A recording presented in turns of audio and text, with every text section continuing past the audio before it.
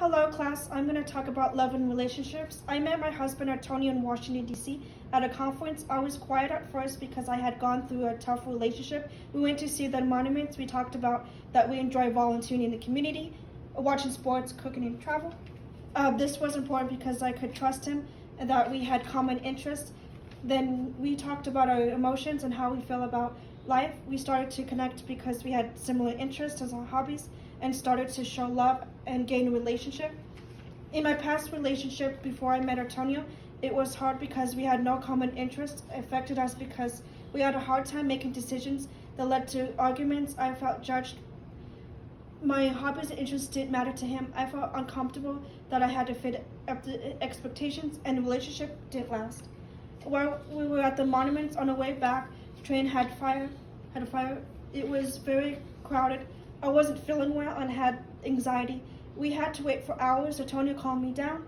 We can continue to talk about our common interests and feel comfortable with the situation. The realization having common interests and thoughts. I felt like I didn't have to live up to his expectations and felt appreciated as long as we were both happy with the relationship. My perspective at the time was I didn't trust love and relationships because I thought I had to do things that the boyfriend wanted me to do. I felt controlled. I had a hard time getting to know him. Then I was with Antonio. I started to give love relationships a second chance. We had things in common in relationship to trust each other.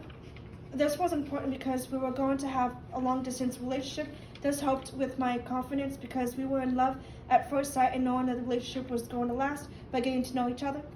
The best thing to start a new relationship is if you had a bad experience but you can learn from it. For the next relationship, give it a second chance by getting to know the person, ask about the hobbies, interests, what they're interested in, not just for the looks and how much money they have, their type of lifestyle. Figure out what the kind of person they are and how they treat others by their personality and common ground.